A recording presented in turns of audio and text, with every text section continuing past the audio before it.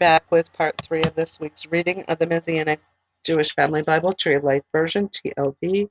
And we are reading this week 2 Kings, chapter 13 to 25. And we are at chapter 19, Hezekiah's cry of desperation. When King Hezekiah heard it, he tore his clothes, covered himself with sackcloth, and went into the house of Adonai. Then he sent Eliakim, who was in charge of the palace, Shebna the scribe and the senior Kohanim, covered with sackcloth, to Isaiah the prophet, son of Amos. Now this is the Isaiah that we're going to be reading the book of Isaiah next week. Then they said to him, "Thus says Hezekiah, this day is a day of distress, rebuke, and contempt, for children have come to the point of birth, and there is no strength for giving birth.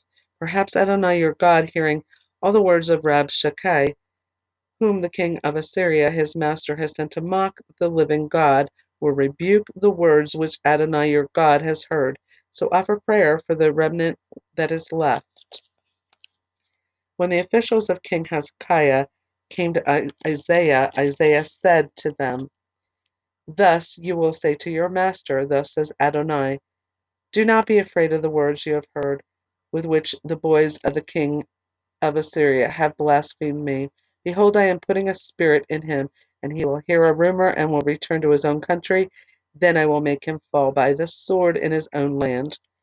Then the Rabshakeh returned and found the king of Assyria fighting against Libnah, for he had heard that he had withdrawn from Lachish. Now he heard a report of Tirhakah, king of Ethiopia, saying, "Behold, he is come out to fight against you." When he heard it, he sent messengers to Hezekiah, saying, "Thus will you speak to King Hezekiah of Judah, saying, do not let your God in whom you trust deceive you, saying, Jerusalem will not be given into the hand of the king of Assyria. Behold, you have heard what the kings of Assyria have done to all lands, utterly destroying them. So will you be delivered? Have the gods of the nations delivered those my father destroyed, Gozan, Haran, Rezeph, and the children of Eden who were in Tel Assar? That's Tel, and then the second word is Assar. Where is the king of Hamath, or the king of Arpad, or the king of the city of Sepharvaim, of Hena, or Ava?" Then Hezekiah received the letter from the hand of the messenger and read it. Then Hezekiah went up to the house of Adonai and spread it before Adonai. Hezekiah prayed before Adonai, saying, "Adonai, God of Israel, who is enthroned upon the cherubim, you alone are God of all the kingdoms of the earth. You made heaven and earth. Incline your ear, Adonai, and hear. Open your eyes, Adonai, and see. Listen to the words of Sennacherib, that he has sent to mock the living God. Is it true, Adonai, the kings of Assyria have devastated the nations and their lands, and have cast their gods into the fire? For they were not gods, but the work of human hands, wood and stone. So they have destroyed them. Now, Adonai our God, save us from his hand, so that all the kingdoms of the earth may know that you alone, Adonai, are God." Then Isaiah, son of Amos, sent word to Hezekiah, saying, "Thus says Adonai, God of Israel, because you prayed to me about King Sennacherib of Assyria, I have heard you. This is the word that Adonai has spoken about him. The virgin daughter of Zion will despise you and mock you. The daughter of Jerusalem will shake her head at you. Whom did you taunt and blaspheme? Against whom did you raise your voice and haughtily lift up your eyes? Against the Holy One of Israel? Through your servants you have blasphemed my Lord and said, with my many chariots I have climbed to the heights of the mountains, to the remotest parts of Lebanon. I cut down its tall cedars and choice cypress trees. I have gone to its farthest lodge, its thickest forest. I have dug wells and drunk foreign wafers, and with the soles of my feet I dried up all the streams of Egypt. Have you not heard? I did it long ago. From ancient times I planned it. Now I have brought it to pass that you should turn fortified cities into heaps of rubble. Their inhabitants are weak-handed, shattered and ashamed. They are like the grass of the field, and green herb, like grass on roofs, scorched before it is grown up. But I know you're sitting down, you're going out and you're coming in, and you're raging against me. Because you're raging against me and your arrogance reached my ears, I will put my hook in your nose and my bridle in your lips, I will turn your back by the way you came. So this shall be the sign to you. This year you will eat what grows by itself, in the second year what springs from that, and in the third year you will sow, reap, plant in vineyards, and eat their fruit.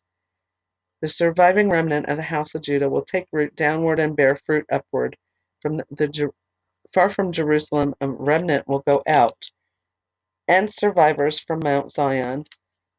The zeal of Adonai Zebaot will accomplish this. Therefore, thus says Adonai concerning the king of Assyria: He will not come to the city, or shoot an arrow there, or come before it with a shield, or throw up a siege ramp against it.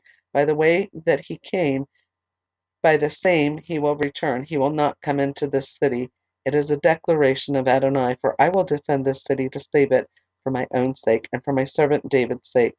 Then it came about that night, the angel of Adonai went out and struck down 185,000 men of the Assyrian camp. When the men arose early in the morning, behold, they were all dead corpses. So King Sennacherib of Assyria withdrew, went away, and returned home, and stayed in Nineveh. One day, as he was worshipping in the house of his god, Nisroch, his son Adramelech, and Sarezer struck him down with a sword, and escaped to the land of Ararat. Then his son Esarhaddon became king in his place. So that's the end of chapter 19. And we're going to go into chapter 20. And it starts off, there's two sections. Put your house in order. And the last section is Hezekiah shows his treasury to Babylon. So here we are, chapter 20. Put your house in order. In those days Hezekiah became mortally ill. So Isaiah the prophet, son of Amos, came to him and said to him, Thus says Adonai, put your house in order, for you are dying and will not live. Then he turned his face to the wall and prayed to Adonai, saying, Please, Adonai, remember how I have walked before you in truth and with a whole heart, and have done what is good in your eyes. And Hezekiah wept bitterly. Then it came to pass, before Isaiah was gone out of the middle court, that the word of Adonai came to him, saying, Return, and say to Hezekiah, the leader of my people, Thus says Adonai, the God of your father David, I have heard your prayer, and I have seen your tears. Behold, I am going to heal you. On the third day you will go up to the house of Adonai. Then I will add 15 years to your life. I will deliver you and this city from the hand of the king of Assyria. I will defend this city for my own sake and for my servant David's sake. Then Isaiah said, Take a cake of figs. So they took one and laid it on the boil, and he recovered. Then Hezekiah said to Isaiah, What will be the sign that Adonai will heal me, and that I should go up to the house of Adonai on the third day? Then Isaiah said, This will be the sign to you from Adonai, that Adonai will do this word he has spoken. Should the shadow go forward 10 steps, or go back 10 steps? Hezekiah answered, It's easy for a shadow to go forward 10 steps. No, let the shadow turn back 10 steps. Then Isaiah the prophet cried to Adonai, and he brought the shadow 10 steps backward, by which it had gone down on the sundial of Ahaz. And the second part of chapter 20 is Hezekiah shows his treasury to Babylon. At that time, Berodach Beladan, son of King Beladan of Babylon, sent a letter and a present to Hezekiah, for he had heard that Hezekiah had been sick. Now Hezekiah listened to them and showed them his entire treasure house, the silver and the gold, the spices and the precious oil, and his armory, and everything that was found in his treasury. There was nothing in his house or in all of his dominion that Hezekiah did not show them.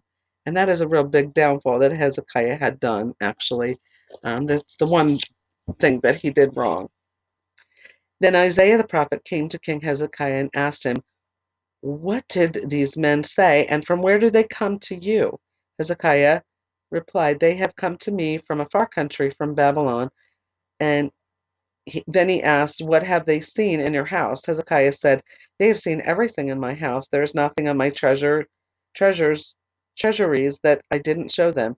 Then Isaiah said to Hezekiah, Hear the word of Adonai. Behold, days are coming when everything in your house which your fathers have stored up to this day will be carried to Babylon.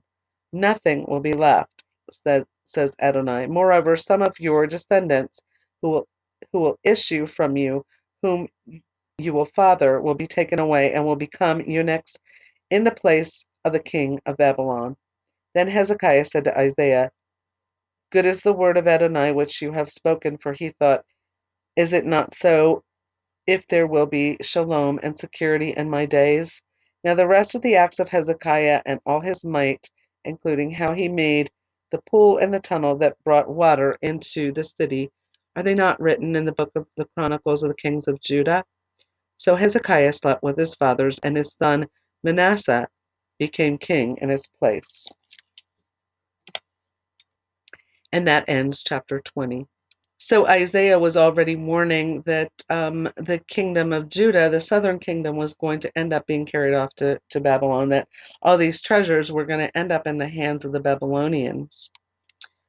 So chapter 21, Wicked Kings Manasseh and Ammon. Manasseh was 12 years old when he became king, and he reigned 55 years in Jerusalem. His mother's name was Hephzibah, but he did what was evil in Adonai's eyes, following the abominations of the nations that Adonai had dispossessed before Benaiah Israel. For he rebuilt the shrines that his father Hezekiah had destroyed, and he erected altars for Baal, and made Asherah pole, as King Ahab of Israel had done, and bowed down to all the hosts of heaven and worshipped them. He even built altars in Adonai's house, where Adonai had said, In Jerusalem I will put my name. He built altars for all the hosts of heaven in two courts of the house of Adonai. He also made his son pass through the fire, practiced soothsaying and divination, and consulted mediums and spiritists. He did much evil in Adonai's eyes to provoke him. Then he set up the carved image of Asherah that he made in the house, about which Adonai had said to David and to his son Solomon, In this house and in Jerusalem, which I have chosen from all the tribes of Israel, I will put my name forever. No longer will I cause the feet of Israel to wander from the land which I gave their fathers, if only they will keep doing all I have commanded them, and the whole Torah that my servant Moses commanded them. But they did not listen. So Manasseh led them astray to do more evil than the nations that Adonai had destroyed before Benaiah Israel. Then Adonai spoke through his servants, the prophets, saying, Since King Manasseh of Judah has done these abominations, and has outdone and has outdone in wickedness all that the Amorites who were before him did, and has also made Judah sin with his idols. Therefore, thus says Adonai, God of Israel, Behold, I am bringing such evil on Jerusalem and Judah, that whoever hears of it, both his ears will tingle. I will stretch over Jerusalem the line of Samaria, and then plummet the house of Ahab, and I will utterly wipe Jerusalem as one wipes a dish, wiping it and turning it upside down. Then I will cast off the remnant of my inheritance and hand them over to their enemies. They will become plunder and spoil to all their enemies, for they have done such evil in my eyes, and kept provoking me to anger since the day their fathers came out of Egypt up to this day. Moreover, Manasseh shed so much innocent blood until he filled Jerusalem with blood from one end to another, in addition to his sin, while he made Judah sin in doing what was evil in Adonai's eyes. Now the rest of the deeds of Manasseh, all that he did, and his sin that he committed, are they not written in the book of the Chronicles of the Kings of Judah? Then Manasseh slept with his fathers, and was buried in the garden of his own palace, in the garden of Uzzah. Then his son Ammon became king in his place. Ammon was 22 years old when he became king, and he reigned 2 years in Jerusalem. His mother's name was Meshullemeth, daughter of Hareth of Jotbah. He did what was evil in Adonai's eyes, as his father Manasseh had done. So he walked in all the ways that his father had walked in, and worshipped the idols that his father had worshipped, and bowed down to them. He abandoned Adonai, God of his fathers, and did not walk in the way of Adonai. Then Ammon's courtiers conspired against him, and assassinated the king in his own palace. But the people of the land put to death all the conspirators against King Ammon. Then the people of the land made his son Josiah king in his place. Now the rest of the deeds of Ammon, which he did, are they not written in the book of the Chronicles of the Kings of Judah? Then he was buried in his tomb in the garden of Uzzah, and his son Josiah became king in his place.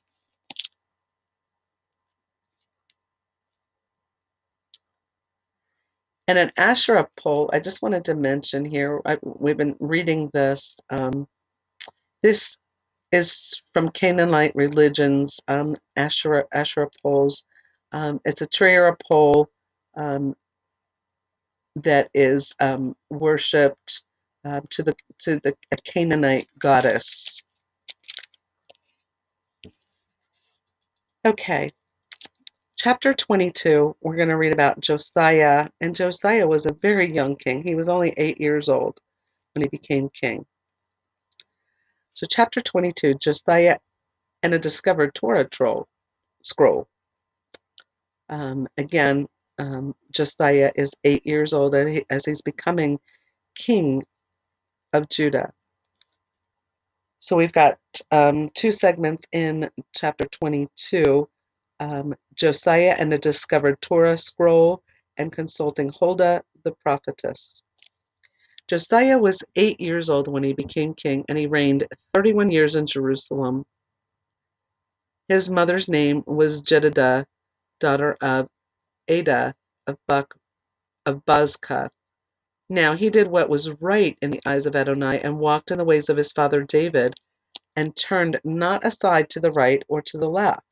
It came to pass in the 18th year of King Josiah that the king sent Shaphan, son of Azaliah, son of Meshullam, the scribe, to the house of Adonai, saying, Go up to Hilkiah the Kohen Gadol, and let him weigh the silver that has been brought to the house of Adonai, to go to the high priest, the Kohen Gadol, which the doorkeepers have gathered from the people. Then let them give it into the hand of the workmen appointed to oversee the work of the house of Adonai, and let them in turn give it to the workmen that are in the house of Adonai to repair the damages to the house, to the carpenters, builders, and masons, and for buying timber and cut stone to repair the house.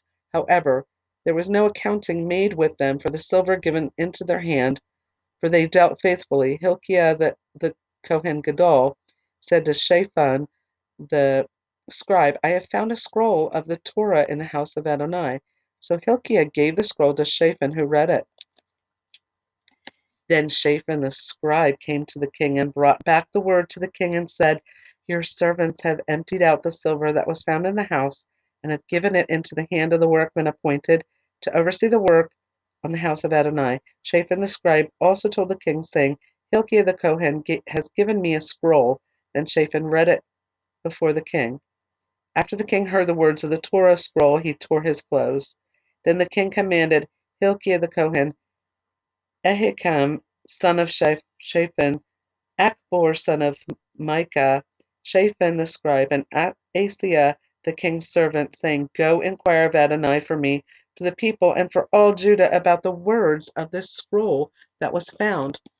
For great is the wrath of Adonai that is kindled against us, since our fathers have not obeyed the words of this book, do everything written here that concerns us, consulting Huldah the prophetess. So Hilkiah the Kohen, Ahikam, Achbor, Shaphan, and Asaiah went to Huldah the prophetess, the wife of Shallum, son of Tikvah, son of Harhas, keeper of the wardrobe. She was living in the second quarter of Jerusalem, and spoke with her. She said to them, Thus says Adonai, the God of Israel, Tell the man that sent you to me, Thus says Adonai, Behold, I am bringing disaster on this place and on its inhabitants, as in all the words of the scroll that the king of Judah read. For they have forsaken me and burned incense to other gods in order to provoke me with all the work of their hands. Therefore my wrath has been kindled against this place, and it will not be quenched. But to the king of Judah, who sent you to inquire of Adonai, thus will you say to him, Thus says Adonai, God of Israel, As for the words that you have heard, because your heart was softened and you humbled yourself before Adonai, then you heard what I spoke against this place and against its inhabitants, that they should become a desolation and a curse. And because you have torn your clothes and wept before me, I also have heard you, declares Adonai. Therefore, behold, I will gather you to your fathers, and you will be gathered to your grave in Shalom. So your eyes will not see all the disaster I am bringing on this place. Then they brought back word to the king. Josiah renews the covenant. I'm going to pause this here. I was going to go into chapter 23, but we're already at 20 and a half, almost 21 minutes. So I'm going to come back with another part.